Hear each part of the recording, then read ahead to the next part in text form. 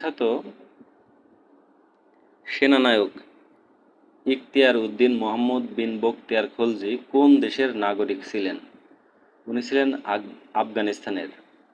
শ্রী চৈতন্যের আবির্ভাব ঘটেছিল যে সুলতানের শাসনামলে? আলাউদ্দিন হোসেন শাহ। হিউয়েন সাং বাংলায় ভারতবর্ষে এসেছিলেন যার আমলে? হর্ষবর্ধন।